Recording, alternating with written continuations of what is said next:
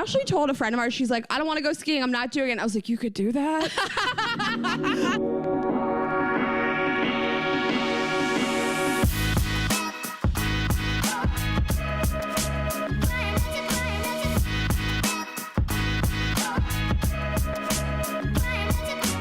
Hi guys. Welcome to a European edition of Girls Gotta Eat. Hola from España. It's Ashley's birthday. It's my birthday. This is all I wanted for my birthday was to record. That's what I asked for. I was like, you know what I would love to do?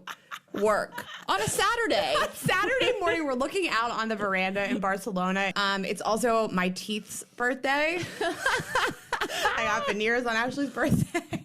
It's so funny because we did a dinner that night at Ostar, obviously, and you were fucked up. Yeah.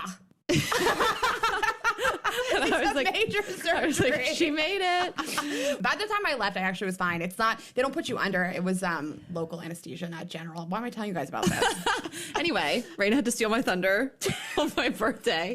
I forget every year that I'll never steal your thunder. It's your day. It's been your day for 10 days. You got all these people to fly across the country, across the world for a trip. It was amazing. We'll talk about it. Okay, well, let's thank some of our partners. Thanks to HelloFresh for supporting Girls Gotta Eat. Go to HelloFresh.com/GGE16 and use code GGE16 for up to 16 free meals and 3 free gifts. And thanks to Buffy for supporting Girls Gotta Eat. For $20 off your Buffy order, visit buffy.co and enter the promo code GGE. Yes, and thanks to Native for supporting Girls Gotta Eat. Wait to hear more about Native sunscreen. Native makes safe, simple, effective products that people use every day with trusted ingredients. Get 20% off your first purchase by visiting nativedeo.com/GGEDEO or using promo code GGEDEO at checkout.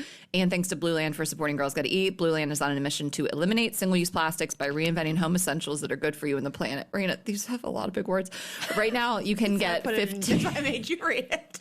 Right now, you can get 15% off your first order when you go to blueland.com/GGE. What? You were like, Buffy, order, promo code. I'm like, safe, simple, effective, home essentials, reinventing, eliminate. You know I can't read good, and so we were in London a couple days ago, and exactly 4 years ago in London, I was staying outside of this hotel when I realized how bad I am at words. That's when it first washed over me. Because I said fragrantly cheating. Fragrantly. I hit the word so hard. That was one of your first. I'm trying to think of one of the. Oh, you used to do Platonic. You said plutonic, like it was from the planet of Pluto. That was the one I had. Platonic is still, it's hard for me to say it. Plutonic. Plutonic. Yeah, that's how I hear the word. Yeah. Okay, so we are in Barcelona. You doing it? And we were in Mykonos. I said it with a lisp the other day, and you were like, yes, last night, and you're like, what'd you just say? But I just, Barcelona? because, I used to have a lisp. I went to years of speech therapy. What? You knew this. No, I didn't. Yeah, I mean, Years of speech therapy? 2 years with a speech therapist in my elementary school. You're like a little kid. Yeah, but I had to go, be pulled out of class to go see Mrs. Medeiros, icon, fix my lisp. It was pretty bad. I didn't know this. Oh, yeah. I think my brother did too. Runs in the family. I think so a lot I of just kids feel like do. I can't go back. Even when you're supposed to Ibiza. Or no, Ibiza is a TH. It's very triggering for you. And my mom, I told you this. I think I've talked about this in podcasts. Corey couldn't say her R's. And her name's Corey Ferguson. So my mom was like, I don't want you hanging out with her. You can't. Sadly, it's drugs and alcohol. It was Corey's list. Because she was like, you already can't say your S's. And now this girl's going to fuck you up. You're not going to be able to say your R's. You do adapt the speech patterns of the people you spend the most time with. And it's funny because they were like, she doesn't lisp at church when she's singing in the choir because you're something about singing. And so they were like, she's not beyond hope. Okay, so that's why you're in the choir for so many years. So you can fix your lisp. I was in the choir. And I sang at high school graduation. I've never heard you sing. Ask Kate about it. 5 years of friendship. Ask Kate about it. She makes fun of me so hard. I've never heard you sing a song. I don't sing anymore. I'm retired. We are the opposite of retired. We have taken a week off. We have 2 companies. Our other company is Vibes Only. Yes, you guys, listen. Get on Vibes Only. Get the vibrators. I used mine last night. First masturbation of the trip. I didn't use it in Mykonos. Well, because I got laid. We'll talk about it. I I couldn't get laid because I had a roommate. We'll talk about it. One of the funniest reviews we've gotten so far is that this woman wrote in, she used the Reina, which is currently sold out, but it is coming soon, so you guys can get on the wait list for it. It is coming back. We promise. The Reina is our dual-sided vibrator that you guys are just obsessed with. She said she thinks it helped her give birth. Did you see that one? Well, I've heard that like masturbating, having sex, orgasms can trigger birth. Yeah, so she was like, I used the Reina, and she sent a picture of her baby, so adorable, healthy little baby. So anyway, guys, if you're got a child stuck in you that you're trying to get out, buy a vibrator. I think the Ashley would work too. I think any of the just get in there with the Ashley, and then of course you guys, the app, the erotic content. Oh my God, it's so good, and it's just going to get so much better. We have this tattoo story coming up. Fuck your tattoo artist. I can't, so like we're getting some really incredible writer submissions. So if you guys ever want to write for the app or do voiceover for the app, we have such hot stories coming up. It's incredible, you guys. And if you're not familiar, basically a character talks to you. So you're the other character, and it's just dirty talk to you, which is my dream. And it's so spicy. Yeah, and the vibrators pair with the app via Bluetooth. And if you guys sign up for an annual subscription, you can get a 3-day trial. Get in there, see what you're into. But you've heard us talk about it at this point. But you can find everything you need at Vibes Only. The Android version is coming. It's approved. It's coming soon. It might be out now. We'll announce on social media. You guys can follow us at Vibes Only on social media as well. So vibesonly.com, Vibes Only on Instagram, and go off and get off. Yeah, and you can use them together or separately. We always build this. We built this company to use together, of course, but buy a vibrator or get in the app and use your fingers, you know? Yeah. Check it out, you guys. So we have been in Europe we've been together nonstop for 10 days? 10 days, yeah. I guess we left on the 29th. Mm-hmm.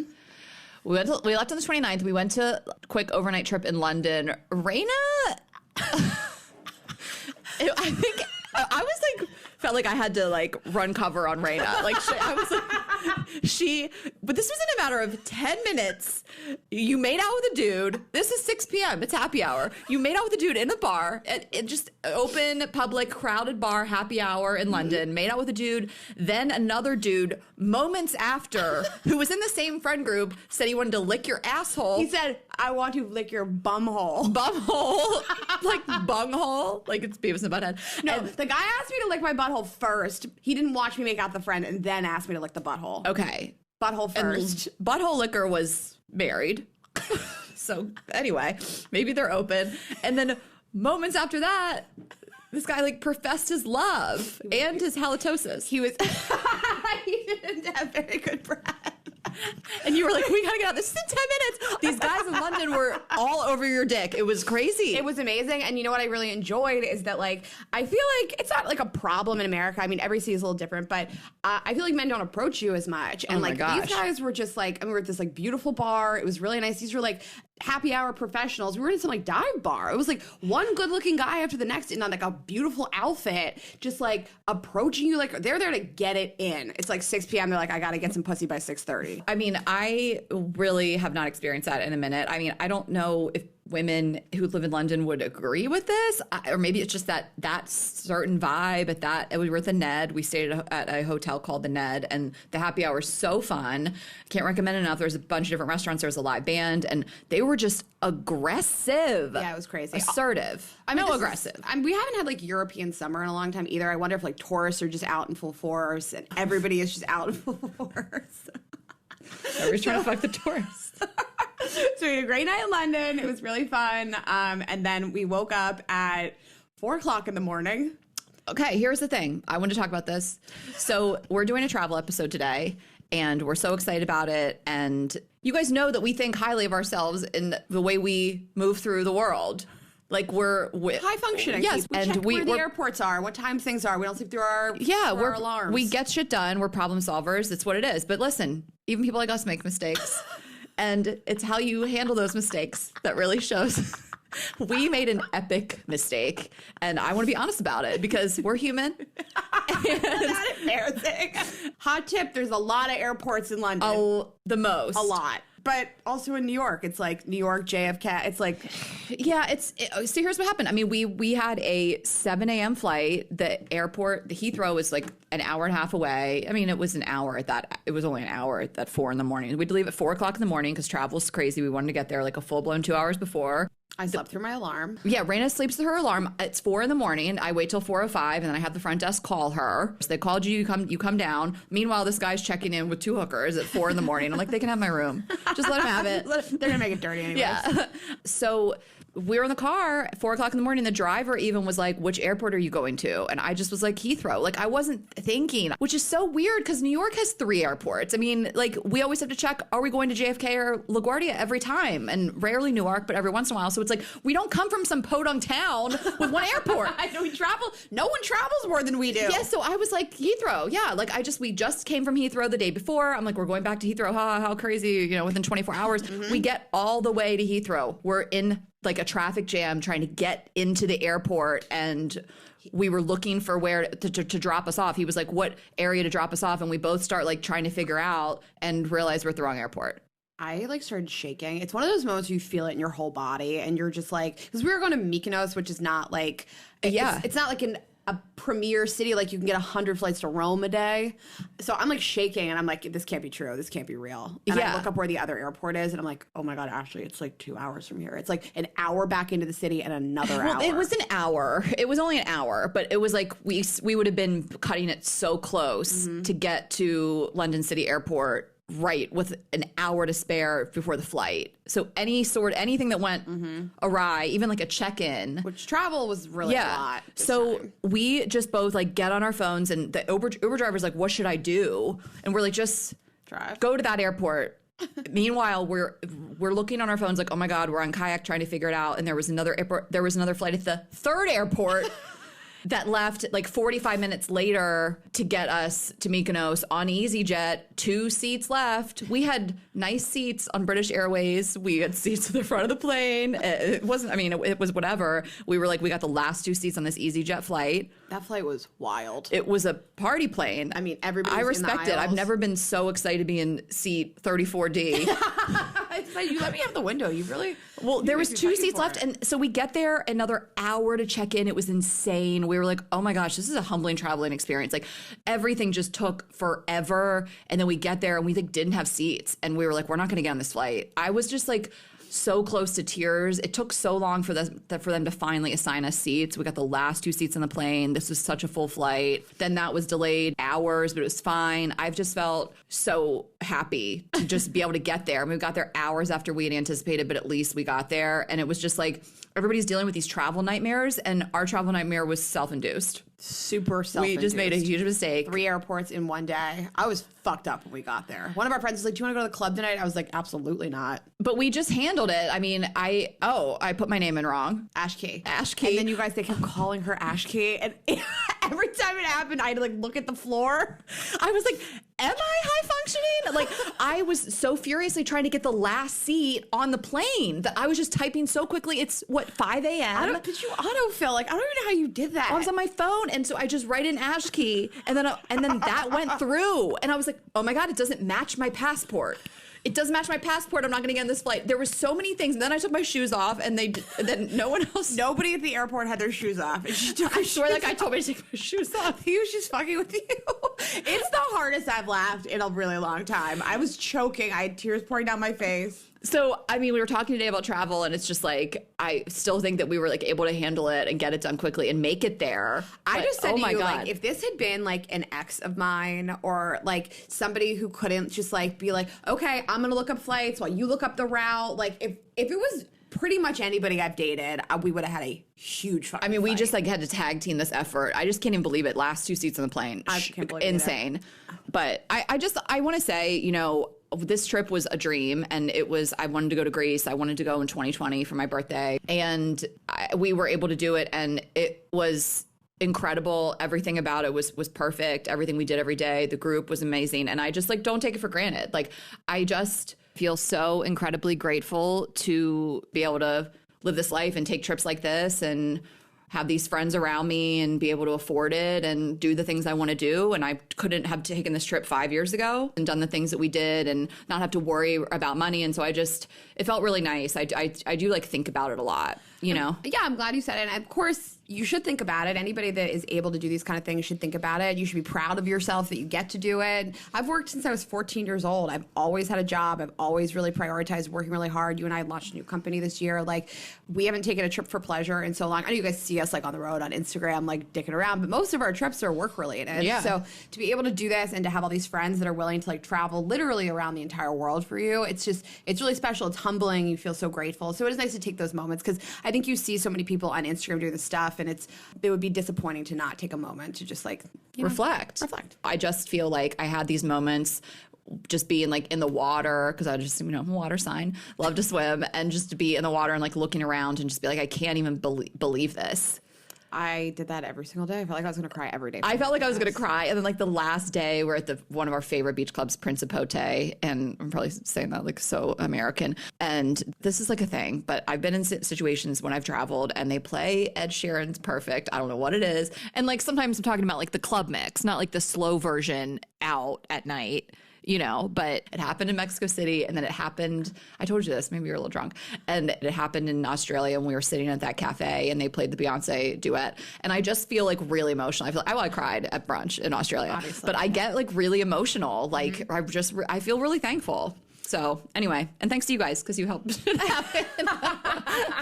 But anyway, Ed Sheeran, Perfect. That's my happy song. It is, and it's, I've been constantly reflecting on this trip too, because like I did this trip when I was like 27. I went to London, I went to Barcelona, I've been to Rome. I went to a lot of these places that we're going to on this trip when I was younger, and I stayed in hostels. I couldn't afford more than like $75 a night. I never would have eaten in a restaurant that was more than I couldn't afford more than $50 a meal. I didn't drink at restaurants. Like, everything was so budgeted. It was a hard trip. I took trains everywhere. I barely flew. Like, to be able to come back and do this trip again and feel like I worked so hard for this and I get to do it, it's just nice. It's nice. This is just like a totally different trip than I took before. Yeah. And it feels good. Yeah.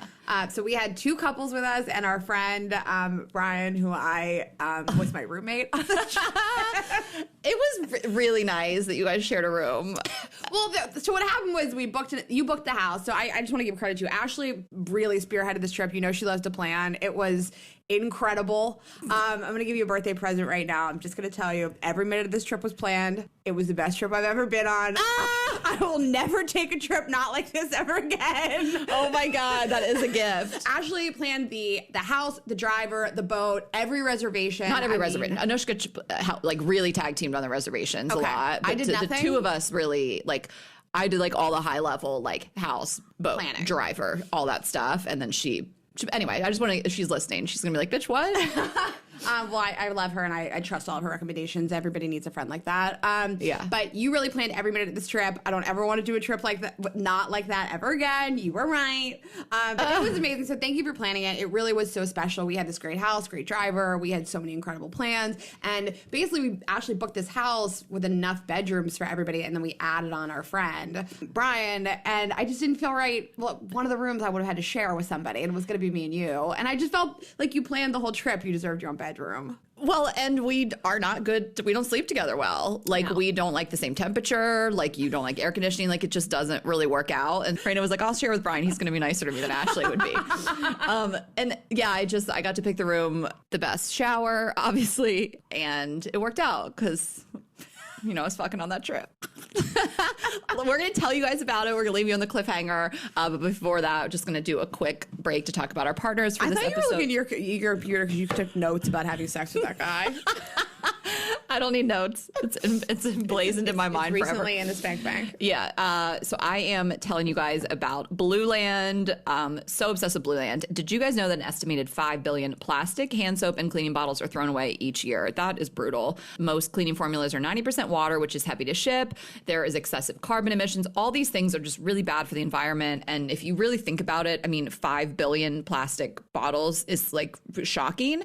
So you can really combat this with Blueland. We love Blueland products, and we have an offer for you. Try Blueland to get 15% off your first order at blueland.com/GGE. You'll love it, and the planet will thank you. They are on a mission to eliminate single-use plastics by reinventing home essentials that are good for you and the planet. We are obsessed with all these products. There's this tablet refill solution, so you just put it in the bottles that are going to be reusable. We'll tell you about them.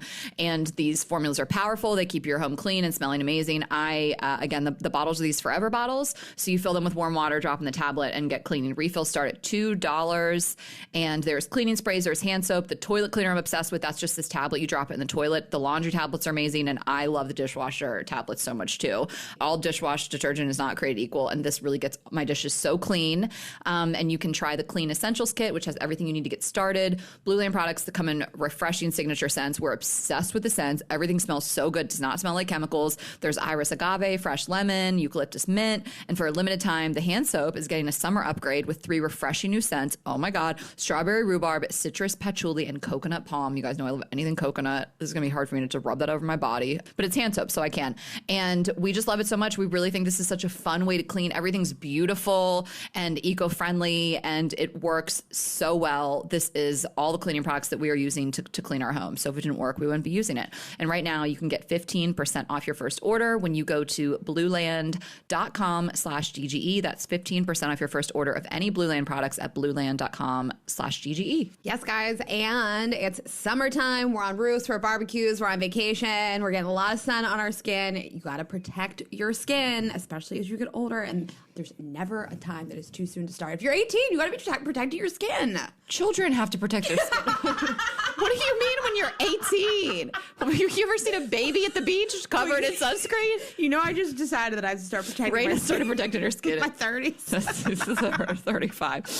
All right. But anyways, thanks to Native's broad spectrum SPF 30, you can get both face and body protection that is lightweight, easy to spread, and doesn't leave you feeling sticky or greasy. We have a discount for you guys. You'll go to nativedeo.com/GGEDEO or use the promo code GGEDEO at checkout for 20% off your first order. I have the Native sunscreen with me on this trip. I've been using it every day. I love it. It's SPF 30. It's a mineral sunscreen.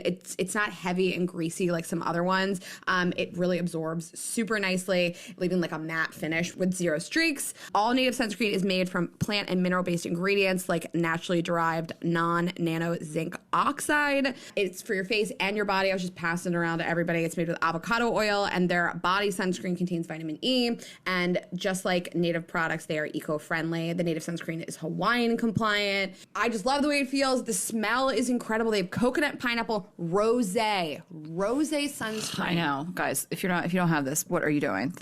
There's still time. You can still make this summer. You can still turn it around. If you feel like your summer has not been up to par. Also, they have unscented. I'm crazy about everything Native does. I buy tons of their products, but I love the sunscreen specifically. And it's summertime, and it's time, if you're older than 18 or younger, to protect your skin. You can protect your skin with Native's mineral-based sunscreens. Go to nativedeo.com/GGEDEO or use the promo code GGEDEO at checkout to get 20% off your first order. That's nativedeo.com/GGEDEO or use the promo code GGEDEO. Okay. So let me tell you what happened. Stop! First of all, in the hierarchy of men, it's like I was like, are British men the hottest or Greek? Spaniards? I think I'm going Greek. They're the hottest. So hot. Every guy. Oh my God. It was outrageous. Everybody. Do you know how many bouncers I fell in love with on this trip? Oof. The hottest, baldest, tallest, covered in tattoos men that I've ever seen. So anyways, we met this guy. I'm talking to him. He is like, I was just like in a bad mood about some stuff. I was just feeling pouty. I was a little sassy. I was in a good mood about your bad mood this time. I will say, I saw this guy, I caught a glimpse. I was like, that mouth, like his lips. Oh my gosh. But I was in a bad mood. You are. I'm not in a bad mood. I mean, there is impossible being in a bad mood on this trip. I was just like, listen. It was a momentary. Yeah. I was annoyed. Yeah, annoyed about stuff. So I was like, hi, I like your man bun. He was like, okay. And I started talking to this guy randomly, and I forget why it came up, but I said that we were at this incredible beach club, Alamagu, which we highly recommend. And I was like, I fell in love with this bouncer there. And he was like, oh, a friend of mine, my teacher works there. I was like, what's your teacher do? And anyways, I showed him the photos of the bouncer, and anyway, that was his friend. And so I was teacher, like, okay, jiu-jitsu teacher. Jiu-jitsu teacher. You said teacher, so I'm like, we gotta tell. I know. I was like, what is he teaching you? So anyways, I was like, hook it up, whatever. So I'm like flirting with him, talking about his friend, and then he just like honed in on Ashley. Listen, he knew what he wanted. And a bad attitude. he liked how sassy I was. He goes, Ashley, he just started talking to me. I was like, oh my God. He was like, what's your sign? I was like, Cancer. He was like, I can tell you're a little bossy. And I was like, oh my God. He was like, it turns me on. I think it's sexy. I'm like, what?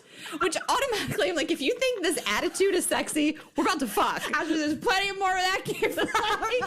So we start like flirting, I guess. He just really like honed in on me, and he said he was a Scorpio. So I was like, he said something about like, he was like, well, Cancers and Scorpios, you know, they and I was like, have great sex? And he was like, yeah. So he basically just really started hitting on me. We like ended up like parting ways. He was WhatsApping me and telling me he wanted to give me a massage later. I was like, he was hitting it hard. He was like, I'm gonna come over and bring red wine and massage oil. I'm like, what? And I'm just like laughing at this whole thing. I'm like, okay, sir, whatever. But he was so hot. So all day he's just kind of like messaging me, and we're at this place, Scorpios. Are you guys detecting a theme here? Which is incredible. We loved it so, so much. And he was like, I just, you know, got off work or whatever, and I want to see you. And I was like kind of ready to leave the bar anyway. It was maybe like 10 o'clock or whatever, 10 or 11 at night. So he picks me up at Scorpios. I was like looking fly, have my special dress on. We go back to the house and everybody stayed. So I had the house to myself. It was a struggle, you guys. I wanted to go home so bad. Raina really wingman me this whole situation. So we go back to the house, and he gets out of the car, and he had a bottle of wine and a bottle of baby oil, like from the store. Like he really went to the store. I laughed so hard. I was dying. I was like, you really did that? And we ended up getting in the hot tub, and, you know, one thing led to another. And I actually didn't get a massage, and he took the baby oil with him. But that's the best part of it, is that like I don't know what he's doing. He's just taking it to the next girl, like the baby. He couldn't afford another bottle of it. Yeah. So anyway, it was a great experience. It was a great sexual experience. I mean, I will say a couple things. A hot tub is such a great way to like get it. I would never fuck in a hot tub. I just doesn't feel good on my vagina. I mean, you're just like, there's no natural lubricant, and its chemicals are just being like thrusted into your. That's how you get a UTI. Yeah. So but like to start making out in the hot tub was really hot. Like I just think it's such a good way to like get close. It's like sexy, and then like moved it into the bedroom. I mean, I'm not a person that just sleeps with random people the day I meet them, but it sometimes happens with like the right energy. This guy just had such like sexual energy. He like really pursued me all day, and I just went for it, and it was like a great experience. It was very funny. Then everyone came. He ended up leaving. I think he was like, all these friends are about to walk in here, and I don't want to be a part of it. I felt bad. I really was cock blocking. We FaceTimed. Yeah, you guys FaceTime me. I thought you needed like let into the gate for the house, so I answered it. I was like, oh my God, I hate you guys. Like I was about to go in for round 2. I fucking hate my friends. It was my favorite night. It was just, it was really funny. Hooked up with a Scorpio after leaving Scorpios. Just real theme night. And the next day, when we were like talking about it, I was like, he really like pursued me hard or something. Raina was like, yeah, of course these guys want to fuck the tourists. And I was like, what? He pursued me so hard. Like, this is an exploding offer, Ashley. They have 24 hours to close. Like, this is not like, let me get to know you. Like, what do you do for a living? Where's your dad live? No, like, it's just like they gotta fuck you that day. It's an exploding offer. But of course I wasn't thinking like I'm gonna date this guy, but I never really thought of myself as like a hit it and quit it tourist. A mark conquest. Yes. And it was so funny the way you said it. I was like, oh really? I got. I mean, it's mutually beneficial, yes, of course, but yeah, I mean, you got. They're just trolling to try to like fuck the tourists. Of course, I mean, I would. You're like, he's so sesame. He's being so aggressive. I'm like, yeah, because he has one day to close. Always be closing. Which is fine. Like, I wanted that too. I wanted like a hot, sexy, like one night stand in Greece, but it was just funny the way you put it into perspective. I was like, damn, I was not as self-aware as I thought. You got caught. But no, it was very hot, dude. Outrageously hot. Really knew what he was doing. Really focused on my pleasure. I'll just say that. He's a Greek lover. A Greek lover. Greek god. I'm happy for you. Yeah. I mean, we all stayed out so that you could have the house. Mm-hmm. It was really nice. When we got really back, appreciate it. It was the most fun dance party when we got back. Yeah. I was glad he wasn't there when we got back so we could talk about him. Yes. I'm sorry, but that is hysterical for 7 people to sit around and I'm at the head of the table. We're having this like State of the Union talking about this guy. I feel like I just like picked my daughter up from school. We were like, everyone sat around at the dining table and I was at the head of the table with my silk pajamas on. So anyway, it was a good time. Everything else has been incredible. That was just like one of the funny highlights I wanted to share on the podcast. Yeah, I mean, Greece has been incredible. It's one of my favorite places I've ever been. I was so glad we went. I know that I'd recommend Mykonos for like a solo trip or like a couples trip, but like with a group, it is unbelievable. It's my favorite thing I've ever done with a group of people. Yeah, it was great. I mean, it's really just, it's not, at least in our experience, I mean, we didn't stay downtown. We stayed in the Praga area. That's how you can at least find it on a map. I was fairly close to the airport. To me, it didn't really matter. Like I recommend getting like a driver. We just had an on-call driver so we could take us all over because there's so many different areas of it. And I feel like we went to a lot of different areas in Mykonos and we really had to get in the car. It's not really walkable. The streets are really tight. Like these cars can barely fit past each other on most of the streets. And well, there was something like 30 Uber drivers for the whole island and like hundreds of thousands of tourists. Yeah, so the Airbnb host really helped with like helping us with the driver and like the boat and all the stuff. She was like so helpful. I posted this on my Instagram. We loved the beach clubs. We loved Alamagu and Principate the most.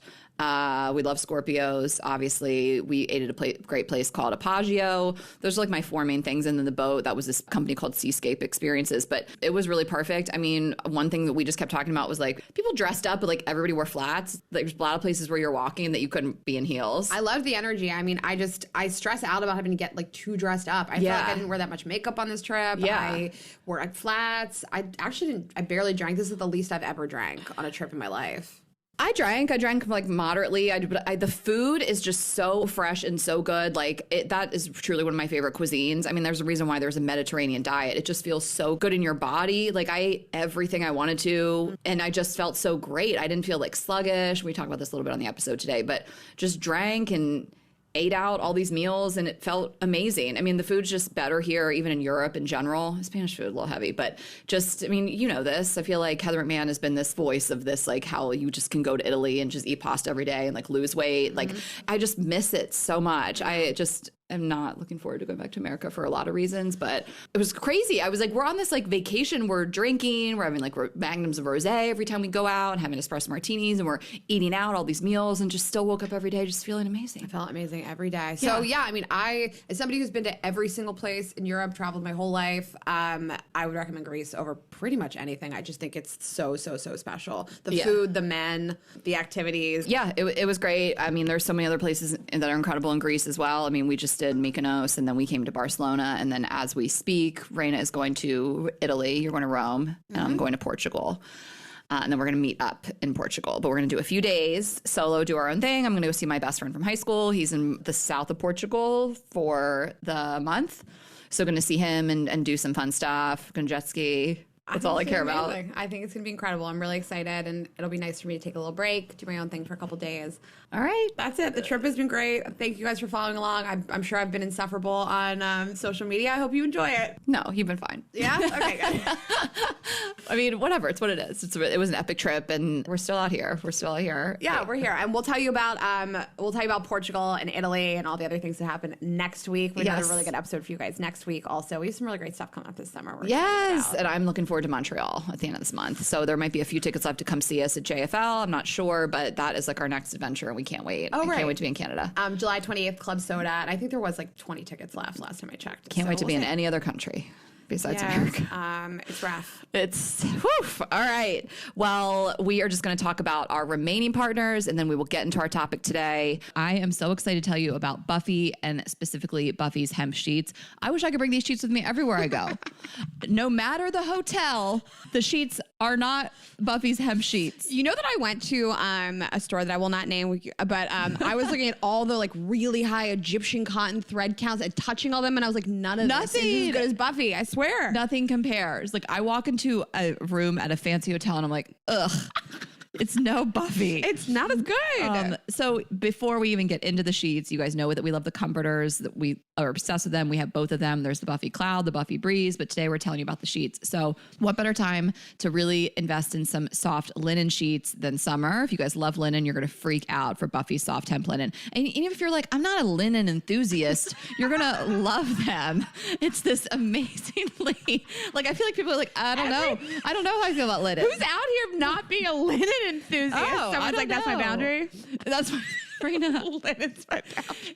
It's a pleasantly dry, airy texture. It's casual, breathable. It makes an undone bed look cool. I hate to make my bed, so it's great for me. And it breaks in every wash cycle. Truly, it will get so buttery soft. Every time it washes, it gets even softer. It practically melts around your skin. We both love to sleep naked, not together, but we both love the way this feels in our naked body. And really strong and durable. And you're not going to like, it's not going to pill and like get all funky, you know, like they're really high quality sheets for an affordable price for what they are. And of course, there's sheets, pillowcases, pillow covers, shams, and duvet covers. And you have your basic, your white, your neutrals, and then there are 4 new colors that are these saturated, really pretty hues to make your bedroom kind of pop. There's earth, shadow, pimento, and pebble. We're obsessed with them. We love what Buffy does for the environment, absorbs 5 times more CO2 from the air than trees, promotes biodiversity, and the hemp is made using a whopping 99% less water than cotton. So we are obsessed with it. We have all Buffy, everything. I have 4 sets of these sheets now. We want you guys to try the soft temp linen styles on your own bed for free. If you don't love them, return them at no cost.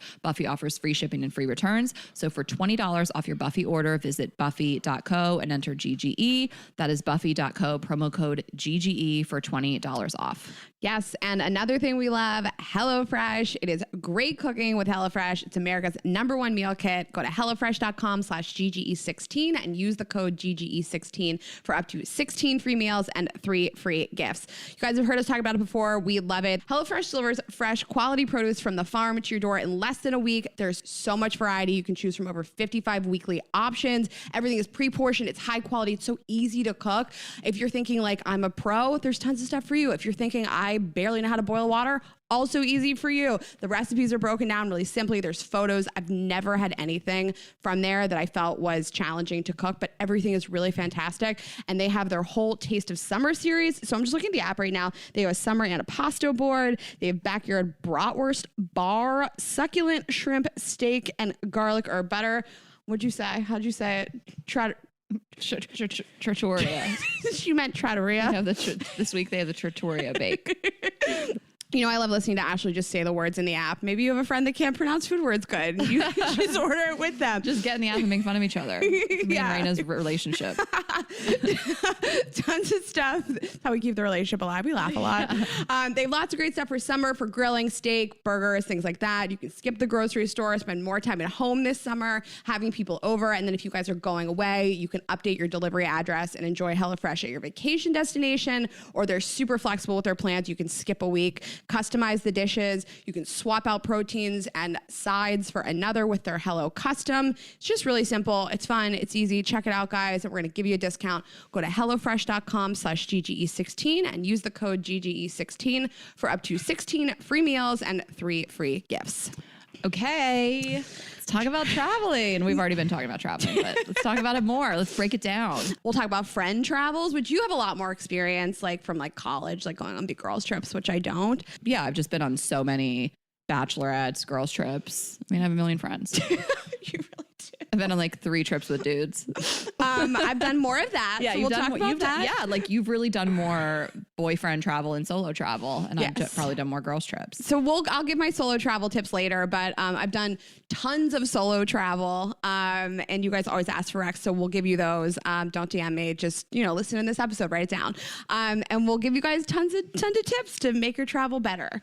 What do you want to start with? Our tips? I have some tips. Here's the thing. I mean, travel changes as you get older and if you get more successful in your life. Like I'm a different person traveling today than I was even 5 years ago, 10 years ago, like in my 20s. Like I really care about a lot of things now, but that's only been the last few years. But like I used to just do whatever, stay in whatever hotel, always shared rooms. Like it's so crazy to think like we would pack 4 girls into a hotel room. And that was there was no even question about it. Like 2 beds, 4 girls. I never even thought of it as being uncomfortable. I would never share a room now. Of course not. I don't remember ever caring that I was like uncomfortable. I stayed in hostels. I flew like the worst airlines, however I could do it the cheapest. Like I was just happy for the experience. I couldn't have cared less. Yeah. So it's just like, I want to try to speak on it from both. Like this is coming from a place of like, we built this life for ourselves. We have earned all this, we're at a different place. We're older. I want to fucking ball out.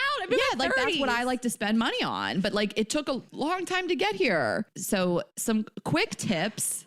My tips are all like Get Clear. Get TSA PreCheck. Global entry. Clear and TSA on my I mean, it's just, it helps the experience so much.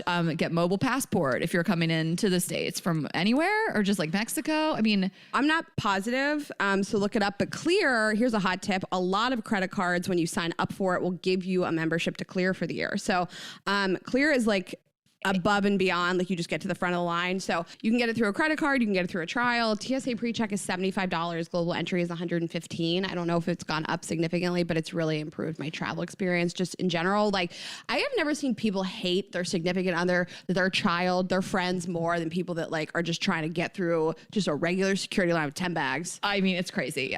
This mobile passport is no longer mobile passport. I think it's called Airside, but this is something that gets you back into the country really quickly. Like, remember when I used it, we were coming back from, I think, Cancun, and no, this was like post-COVID. I think coming back from Cancun, and you were in the global entry line and I breezed right past you. I was like, is this for real? This feels like a joke. And yeah, no one knows about this. Like robbing a bank. I asked the TSA lady about it, or the customs lady, and I was like, why aren't people doing this? She's like, girl, I don't know. People don't even know about it. So look into that. Credit cards with points, if lounge access, love to have access to the lounge. Make a checklist in your phone of stuff so you don't forget it. And every time you forget something, put on the list. There's always something. It's always just like my contacts or like jewelry. Like, so I just started putting it on this master list in my phone. Hot tip, check the weather before you go. Sometimes I've been on trips with people that didn't, and when I went to Mexico City, I just thought it was going to be like a summer trip. I packed so poorly. I think I wanted it to be. I did not have the appropriate clothes. I'd bought a leather jacket while I was there. It was cold every night. I never checked the weather before we got to Greece. Not once. Never looked it up. But you can assume like summer in Europe, but I'm saying like if you're traveling to somewhere that, so many places get really cold at night, like there's a 30-degree difference between day and night. Look at that. Get travel sizes of all your products and keep them in a travel pouch so you just grab it when you go. This has been so nice. Like I just have my travel pouch and I just grab it. And even for this long trip, I still am just doing like my travel size, my shampoo and conditioner. Well, you know what I've done, because you and I travel so much, is I just have doubles of everything. Yeah. I just have a travel thing to grab. I mean, most people don't travel as much as you and I do, but it's been really helpful. Yeah. Yes. Again, it's if you're not traveling that much, but carry on when you can. It's such a dream. Buy a travel vibrator. That has a travel mode like the GG. All right, I packed mine for this trip. We have a compact vibrator, but you have to hold it down to turn it on, so it won't just turn on in your bag. So travel mode is great, and check the COVID restrictions in every country. We've had Bella make us a spreadsheet. Yeah, there is actually an Excel spreadsheet of COVID restrictions because it's different. Yeah, it's different everywhere. We're going to 4 countries. I know. Or we're recording this right before we head out, if you guys are curious, but 4 different countries. They're all different. Also, check the visa requirements. Don't get stuck in Singapore on your way to Vietnam like me. They were like, you can't get on this plane, bitch. I was like, what?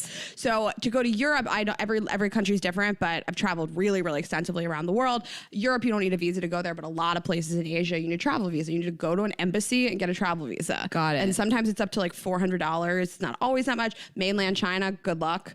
Like there's a lot. So just Google the visa requirements. Also, Google passport requirements, because a lot of countries will not let you in if your passport is expiring in 6 months. So I was just going to say that. You jogged my memory. I've seen so many people fall into this. Most places, like if your passport's about to expire in 6 months, you get a new passport. This has fucked so many people over. I've never cried that hard in my life. I was hysterical at the airport. They're like, I don't know what to tell you, girl. Get out of here. And I was like, nobody will help you and nobody's nice. So we're going to help you. Yeah. And then just the second you book a international trip, locate your passport.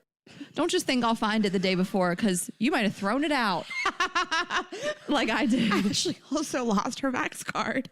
I just somehow found my Vax card. I don't know where it was, but so many years ago, I lost my passport and I had to get one expedited to go on this fucking cruise with my family. It was a mess.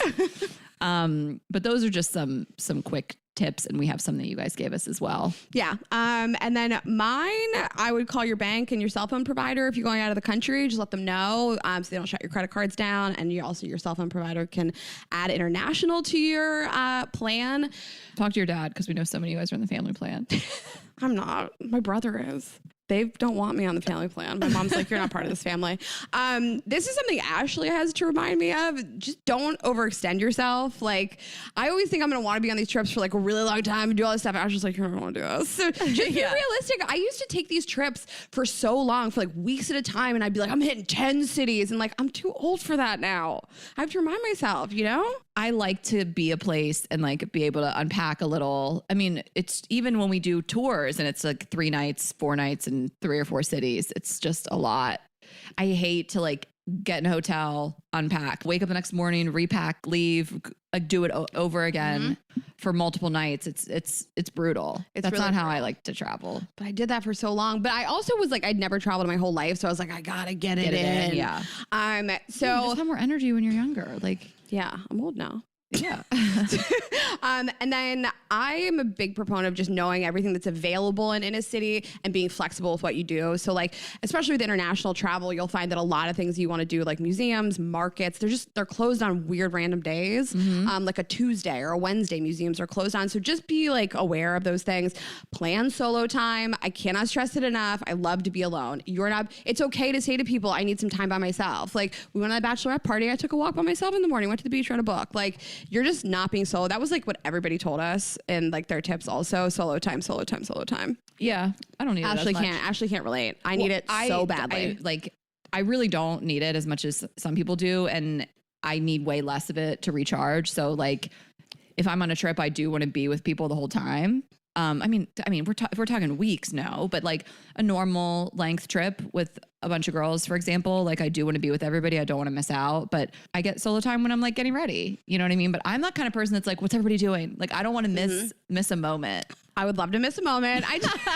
You are so different than me. I take a walk by myself in the morning and like, you're not insulting anybody. Nobody cares that much. I mean, if you travel with people that do care, I mean, I'm sure they'll check in with you about it. Yeah. Don't exclude yourself. Like, I've been on trips with girls where like one person's like, I'm not coming to that. And I'm like, what's your problem? We're here for 3 days. But you know, take a walk by yourself. I need it. Also, we'll talk about partners, but also it's good, I think, if you're on a big trip with your partner, for you two to have solo time. Yeah. It is so funny because we did this was a couple summers ago. We did this just Hampton's house for the weekend with a lot of the same group that we're in Mykonos with. And there was this one girl, she was really nice. I really liked her, but she just was not around. Like, I was like, where is she? Like, she just like, I was like, is she on this trip with us? She just kept disappearing. Like, even when we went to like Wolfer, we went to the winery, she just wasn't, she was taking a walk through the vineyard. Like, she was really introverted and really cool, like bad chick, but just needed to really get away a lot. I think she was just not into, like, I don't think she loved socializing, and she was introverted. And it was just funny because I was just like, where'd she go? She's by herself in the vineyard. That is so funny. I also think on the flip side of that, like somebody who needs too much alone, like, we were in that Hampton's house with you, me, and my ex, and like I felt like he needed solo time all the time. And I was like, what did you come on this for? He was always like taking a nap, coloring by the pool. Not the coloring.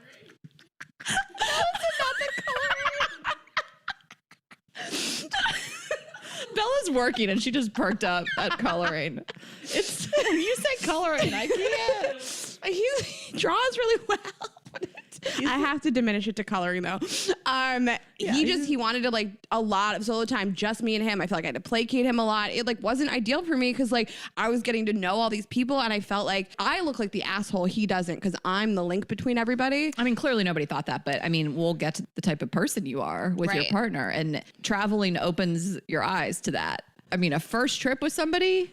So I'm going to pop off so hard. Yeah. Okay, I'll go through my last couple tips really quickly. Packing cubes, can't recommend them enough. So you can just sort of like have a cube for pants, have a cube for t-shirts. Unbelievable. Can you explain these right now? Yeah, absolutely. Because I know what they are now. I see your photo. But like some people don't know and they hear cube and they're like, what? They are paper thin, essentially just like you zip your clothing into like little garment bag. They're like a garment bag that you zip up. They are paper thin. And so instead of like opening up your luggage, you're like, where's my pajamas? You have to dig to the bottom. You unpack 17 things. I just labeled one cube pajamas. Oh my God, I forgot one of my main tips. What's your main tip? Get a lightweight suitcase with 360 wheels. Can't recommend it enough. Like, I mean, we partnered with Away in the past. We love them. I use Away. We have a new Luggage sponsor coming soon. I think that's in August. You guys will see. But if you are lugging your suitcase behind you, I mean, listen, if it's carpet, don't get me started on carpet in an airport, but Bella and I go off if there's carpet. And if we're in a hotel with no carpet, we're like, what a dream. But if you haven't experienced a suitcase that you just lightly tap and it rolls along with you, you've got to get on this. And this isn't a plug for Away, but we love Away and they are really affordable. Yeah. Like and they're durable. I mean, they really get banged the fuck up and they really hold up. And there are other brands too. But I love that hard shell. And I love just like the suitcase itself is so lightweight and it just rolls along with you so easily. Mm-hmm. I have a Samsung that I love, but it's like too much money. Samsung. Is it Android? It's a Galaxy. Am I wrong? Is it Samsung suitcase? Samsonite. Samsung suitcase. It felt right as it was coming out of my mouth. I'm yelling Samsonite like it's Dumb and Dumber. Okay, and then I have a quick website tips. So write these guys down. If you guys always ask me about this, so here's my website tips. Go to Wiki Travel. They will break down every single thing about the weather somewhere, transportation, great hotels, what's safe, things like that. Wiki Travel, unbelievable. Visit a city. It's my #1 tip for travel. They will have pretty much every major city, and you just say, this is the kind of trip I want to take, this is how many days, and they will map out what the best sort of route and best things to do in any city. So it's linked with TripAdvisor. So it'll say like, here's the top 10 things people do in this city, do these things, and it'll map it for you physically. Really, really incredible. It's my favorite website. Vibrator is great for finding stuff to do in terms of like, you want to tour the Vatican, you want to skip the line, always book a tour for places that are like really busy. Airbnb experiences, Ashley and I love them for things like boats and things like that. Airbnb experiences, I mean, we love a boat. That's our vibe. But like, I've heard there's really cool shit. Like I've heard of people going to like Italy and you go to someone's home and they teach you how to make pasta. I mean, there's these really, really cool experiences. And of course you can read the reviews and stuff like that. Yes. And then TikTok. I mean, like Anushka and I have been passing back and forth so many Mykonos TikToks. You were telling me there's like packing for Greece. Yes. For an example, Watch me pack. We're in Greece, so we're just talking about it. But we have so many resources and I have always loved just posting on my Instagram story exactly what I'm looking for. Like I remember one city we went to, it might even just been like Portland. I'm like, I'm looking for coffee shops, rooftop vibes, like this specific stuff. So people know what you're looking for when you say like, people love to give recs. They absolutely fucking love it. I think I used this example before that my brother went to New Orleans. My brother doesn't have a bunch of followers. Maybe it's like 1,000 or 2,000. And people even with a small following just love to give recommendations. When I say post in your Instagram story, question slide, ask for recommendations, just be specific. Because people will just tell you what they like to do and you're like, I hate that. So it's like, here's what I'm into. Here's the vibes I like. Go off. We've had really good luck. I mean, we have so much good luck. A large following. Remember when I went to Minneapolis and I made my own travel? Well, Ashley's the mayor of Minneapolis. Yeah, I miss you, Minneapolis, every day. And then just Google like 3 days in whatever, 3 days in Lisbon, and lots of people have travel tips. And if you want food, what I do is I look up top 10 lists and I cross-reference like 5 different top 10 lists in a city, and I just see what appears on most lists, and I usually go to those places. The last thing I will say about websites, I would beware of TripAdvisor, because typically the places that have the most reviews are, for example, in New York City, like Applebee's in Times Square is going to have the most reviews. It's going to be highly rated. We both the biggest one in the world, and it. I'm trying to have my birthday but there. I'm not trying to eat there on a trip. I'm kidding. I just wanted to show some love. I would be weary. Are you good? I don't know. Maybe. I would be cautious of TripAdvisor, because typically the stuff in the Times Square areas of cities is what's going to get the most ratings, and that does not mean it's good. Hot tip.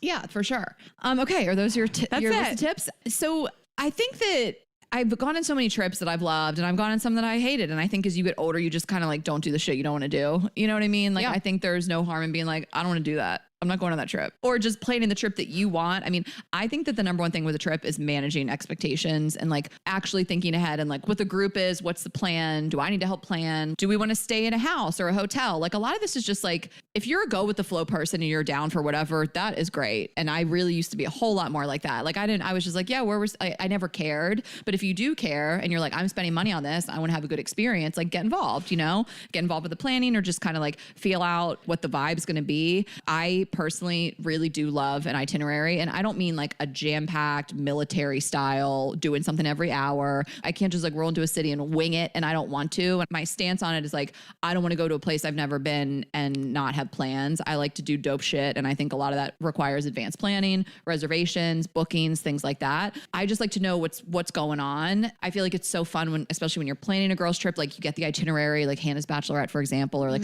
all the bachelorettes I've been on. It's like, here's what we're doing. Everybody gets all excited. They know what to plan. They know what to wear. Right. They know what to pack. And when I say itinerary, like one day could just be like beach day, you know, like I just like to know what we're doing. And I think when you don't have plans, everybody's putting their input. Where should we eat? What should we do? It gets hectic. It's tense. People can fight. And again, not over planned, but like a general idea and some reservations. Like, again, it's just, to me, I think that it's pointless to go somewhere and not know what the fuck you're going to do. And it causes a whole lot less stress. I've been on girls trips where we all planned an activity. Like I went on like a 4-day trip. I was assigned like to plan the Saturday, and I planned this boat, and I won the Bachelorette. But I thought that was fun to like break it up like that, so someone's not in charge of like planning everything. Right. And if you're not the person who likes to plan, I don't want to plan anything. I don't want to do it. I will land in a city and just do whatever, wing it. I'll find cool shit to do.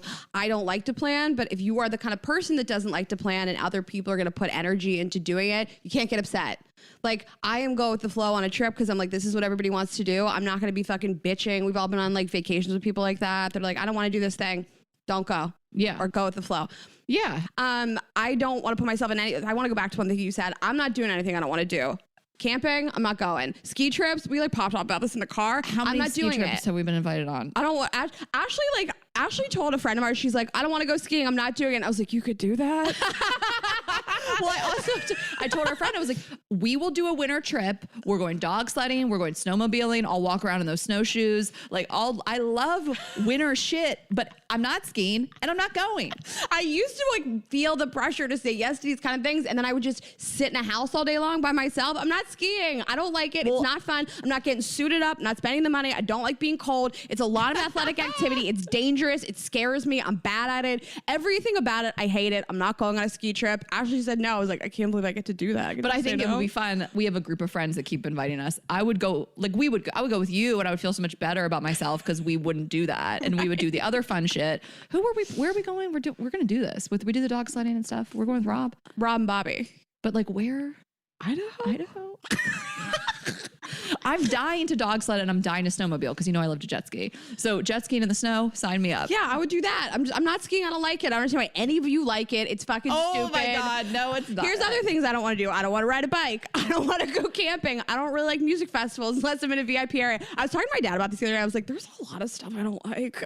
I think it's understandable though. And it's so funny because one of the things that I've had so much fun doing in different cities. Paris is one of them, is a bike tour around the city. And that's your nightmare. We had one day where we booked the best, most fun bike tour because I love to bike around a city and see it. So that's something that like I always want to put on my list, or even like a walking tour. That's more your vibe. But you're just like, if there's bikes involved, Raina's not going. I can't ride a bike, you guys. It's just, listen, we all have flaws.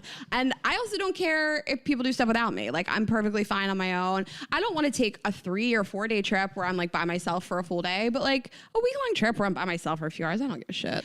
Yeah, and I think of, we were in Australia. It was like me and you and Meryl, and that's when I was like, 3 people is ideal. I really like 4. I think 4 is like perfect. I really, because you can kind of pair off. But like, there were times when Meryl and I went and did stuff that you didn't do, and it's nice to break it up. You don't have to like be 2 people and trying to entertain each other for a whole trip. You know that dinner that I like left? I was so tired. I was gonna like fall asleep. I was like a face plant at that dinner. The Italian place. Yeah, I got to just leave. It was great. Right. It's so true. Like, that is such a great example. And like, for me, I was like, I really want to go to this spin class. Like, I'm back to bikes, and you would have never back then. So I like had Meryl to go with me. Yeah, Meryl went and, like did some other stuff. Meryl is like the ideal travel partner. She like speaks every language. You guys, she travel is tip, truly, travel with Meryl. I know. I keep trying to get her to. I was like, come to Portugal. I'll pay for your. I was trying to get her to come. She can't. She's too busy with work. But that is a hot tip right there. Someone that knows the language. It's not gonna be me. Because I went with her to Mexico City. Meryl's fluent in Spanish and Portuguese, and it's so nice because I will say I'm obsessed with Mexico City. It is not you're Cancun where everyone speaks English.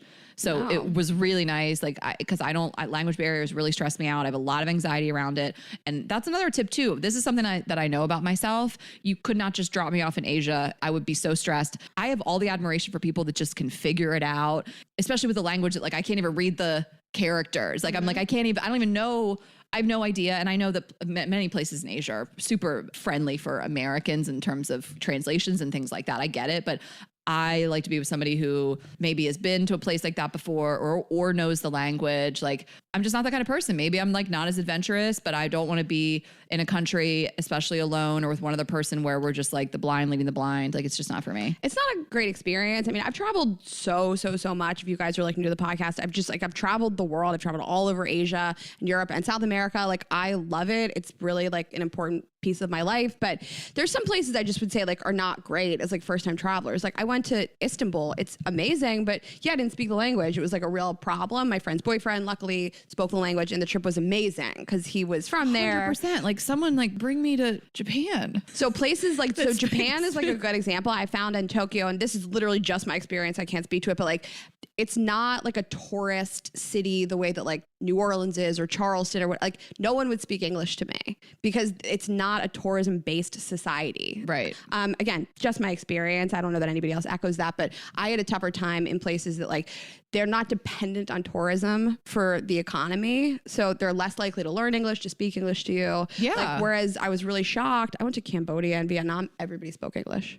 Yeah. And let's just be clear. We're not expecting people to cater to us and speak English. Like, this is on us, you know, like I'm just one of those people that has a lot more anxiety surrounding it. And I know that about myself. Some people really are fine. They use translation apps. Like, they just feel good about it. And I don't really feel good about it. But we're not saying people need to fucking cater to Americans. That's just, don't get it twisted. No. And then my last thing, I mean, I used to be able to just like do whatever, binge drink every night, eat my face off, feel fine, wake up the next morning, do it again. Like, my body can't handle it anymore. So I kind of like, I have to go into a trip and like really assess how I'm going to be okay for the long haul.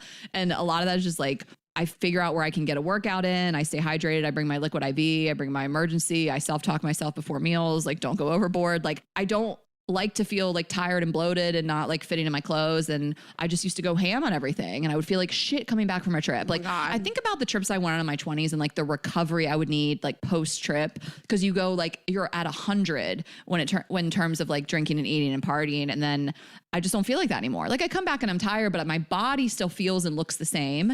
I'm glad. And it never occurred to me to like talk about that. I'm glad you said it because I stress out that like so many trips revolve around like, when's our next feeding? When's our next feeding? What are we drinking? You drink every single night. And I do feel really beat up. And so I like try to eat a salad for lunch, take a walk by myself in the morning. I pack sneakers for this trip and work out. Yeah. I mean, that's the thing. Cause to eat out every meal, which you want to be in a place and experience the culture and eat at the restaurants, like, I get it. And I've done it, but that's not how I normally am. So it really makes me feel like sluggish and tired. And then I'm just kind of fucked up for the next day. And so sometimes it's like, we don't need to go out for lunch and dinner. And, you know, like I like a routine, at least to start the day. Like, yeah, when we were in Miami for the Bachelorette, I was like, I need to go to my place and get my acai bowl. Like, I don't need to be wolfing down a bunch of food for 3 meals. And again, everybody's body's different. But for me, like, I have to watch myself just so I like feel good and healthy and can like keep going and enjoying the trip.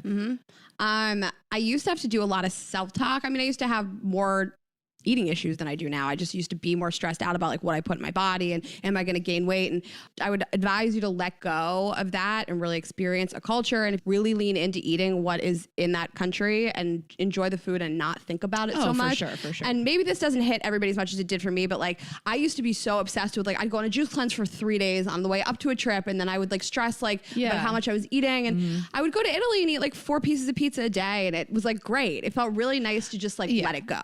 Oh, for sure. And it's just, for me, it's like, you can taste everything and eat everything, but like, I don't want to feel like you got to roll me out of the restaurant every night. I won't have a good time. Even with like the mind gut connection. But listen, a lot of people get constipated when they fly overseas. So keep it in mind. I remember going to Italy with my family when I was maybe like 19. We went as a family and I just didn't poop for days. It like fucked me up and it would not come out. I heard that the longer the flight, the more constipated you get because the altitude makes you constipated and that's why we get constipated. I don't know the answer, but it really does happen. And so prep for that, whatever My friend, I will not say her name, but I was sharing a room with her in Miami, and she had to go give herself an enema. Yeah. Because she was like, I'm so physically uncomfortable. Like, I like traveling with friends because it breeds like a closeness that you'll never find otherwise. Like, she could have just done that in her own home if we were in New York, but she had to like get up out of the bed that we were in and go give herself an enema. And I was laughing so hard. I mean, that's why we're so close with Bella. Remember in Kansas City, my full ass was out for 30 minutes while I spilled all over myself. Bella has my pants in front of a fan and I'm just running around, ass jiggling, just in a tight space. Like, you just get close. Every time I looked at you, your butt crack was out. And I was like, Bella, are they drying? I spilled a pint glass of water on my pants 30 minutes before the show was about to start. They were soaked. I was like, Bella, go find a fan. Bella knows too much about our lives and our bodies. Yeah, I feel like Bella could pick my bare ass out of a lineup. I could, though. I could. Yeah. The House of Times of long cracks. The dent. The dent, but also the crack. I give a birthmark. I think I'm the most recognizable ass in this country. Yeah, she supersedes Kim Kardashian. All the Kardashians. Oh my God. Kardashian's out here and be like, no one has a more recognizable ass than me. But I'm the other side of the spectrum. I love traveling with girlfriends so much, and it's the closest I'll ever get with somebody. Like a couple summers ago, I like went and stayed in this like cabin with my friend Lindsay and her sister, and like we were always close, but I felt like it made us like sisters to go like stay there for a long period of time. And I never really prioritized traveling with friends. Like, that was always your experience. It was not my college experience. I never felt like I really wanted to travel with a big group of girls. And like, I know people get into relationships and like, that's it. They don't take girls trips, you know? So I would really encourage people to do it because I never did. And now I do it all the time. And I just love it so much. And we've taken really special girls trips with more your friends. And I love it. It wasn't something I ever really thought that I would enjoy so much. It's really special. And never stop doing this, even when you get married. Like, my mom's on a girls trip right now. My mom is in Ireland with her best friend. My dad is at home with the dogs, drinking wine as we speak, probably. Like, you never have to stop. Like, I go on so many trips with my married friends. I mean, this is not a hot take. If you listen to the show, you know that we stand for things like this, but it's so important also just to get away from your partner, miss them a little bit. Like, girls trips do not stop when you get married, when you have kids. They just don't. I think I used to get a little social anxiety thinking about being with a huge group of girls, like 8 girls. I used to have social anxiety about like, am I going to have to drink too much? Am I going to stay out late? Like, I know that you and I have been talking a lot about like your hydration journey and me drinking less, but like, even when I was 19, I've never been the kind of person who wants to stay out until 3 in the morning. Yeah. I don't like it. I'm never the last person at the bar, but I'm the first person out of the bar. And I had a lot of social anxiety about like, are people going to like start shit with me if I want to go home? I don't really want to do the same stuff as everybody, but there's nothing wrong with just going home. Like, there's nothing wrong with leaving the bar at midnight if that's what you want to do. Like, I would forgo a whole trip thinking that like my social anxiety about that would cause me to have a bad time. But now I can just go home. Nobody cares. It does just totally change when you get into your 30s. I mean, I was the last person at the bar, fucking a dude in the ocean, waking up, like walking home at sunrise in Miami when I was 27, and 10 years later, I am the first person to leave. Like, we're leaving together. We're like, can we go yet?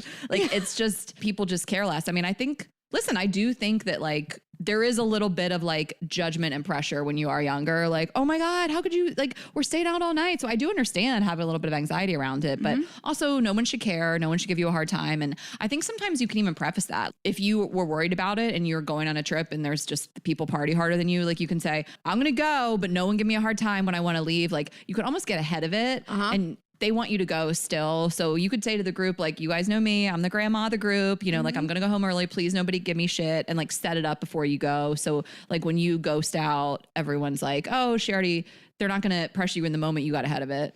It's so true. I never would have said that to anybody. Like, now I'm like in my 30s and like, I'm the first person to be like, you guys know I'm not like the fun girl. I'm fun up until a point. I'm not staying out any later. I don't need to like do a bunch of coke and be up until 5 in the morning. I don't need to do it. It's not fun for me. I don't want to feel like dog shit all day. I don't want to sleep the whole next day.